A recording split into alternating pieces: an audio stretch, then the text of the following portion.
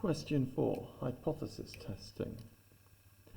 So they've very kindly written the null hypothesis, which gives you a real big reminder of how you should set out hypothesis testing. So alternative hypothesis will be H1 colon probability. Now because we're going for, he's just saying it differs from 25%, so it could be above, it could be below. So we're talking two-tailed tests.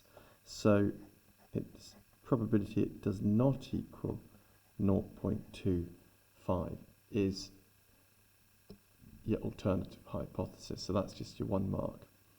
Right, finding the critical region for this test, and it's saying state the probability associated with each tail, which should be as close to 2.5% as possible.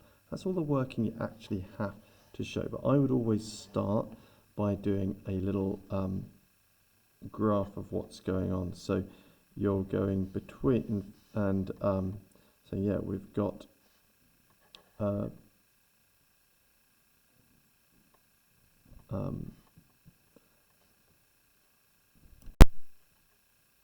binomial expansion. Making a right mess of this. Let's start that again. X squiggly thing B, and then we've got 50 trials.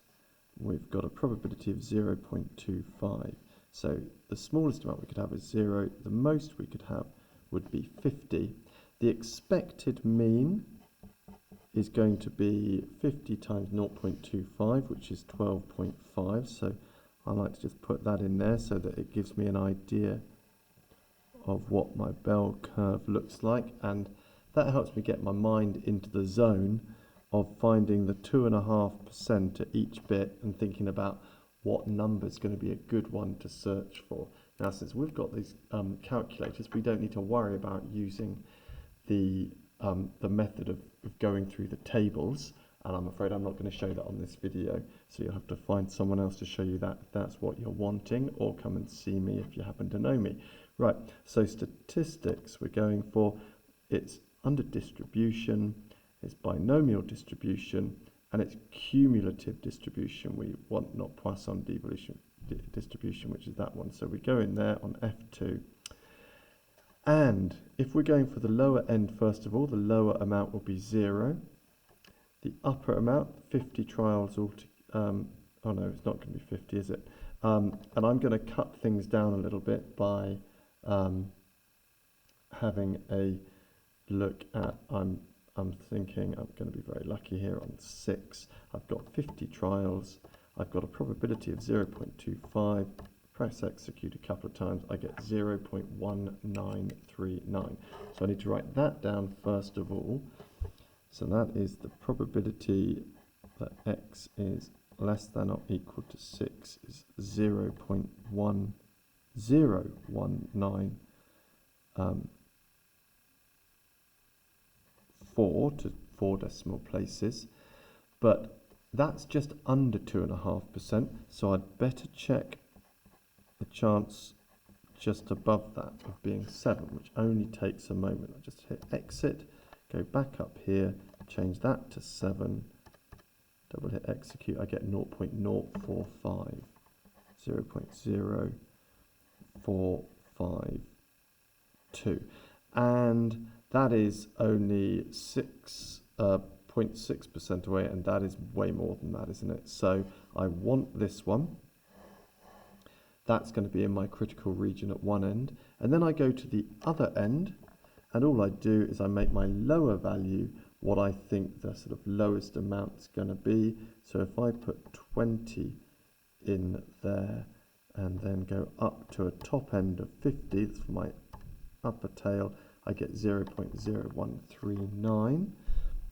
So that is more than or equal to 20 is, and it might take you a little while to get that close to it. You just have to do that with a bit of trial and error.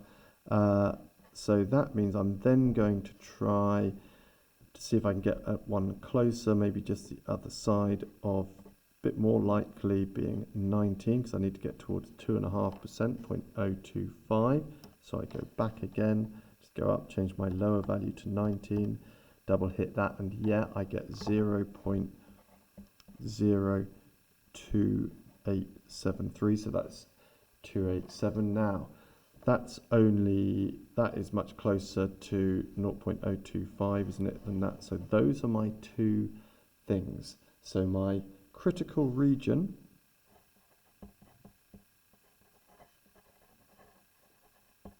is going to be the values of x that are less than or equal to 6, or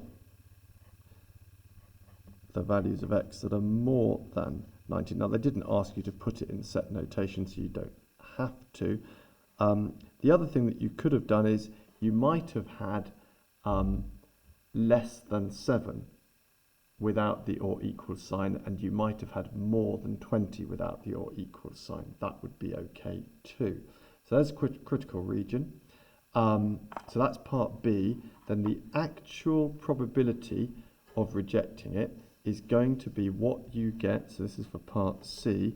When you add 0.0194 plus 0.0287 gets you 0.0481, so equals 4.81%. So when it's saying that's because it's not really a 5% significance, it's a little bit more accurate than that, because although one of them was slightly over 2.5%, the other one was further under 2.5%. So the real probability of you ending up with a result that is outside of the zones with that probability would be 4.81%. So just under 5 times in 100 it would happen. Finally, state the conclusion.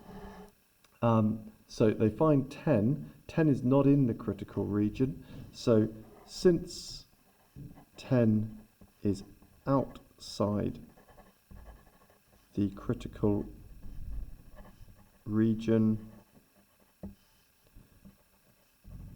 we accept the null hypothesis,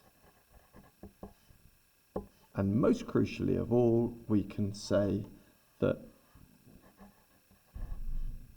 Ryan's belief was wrong at this level of significance. If you made it a less significant test, then he might be right, but why would you? Anyway, okay, that is the end of question 4.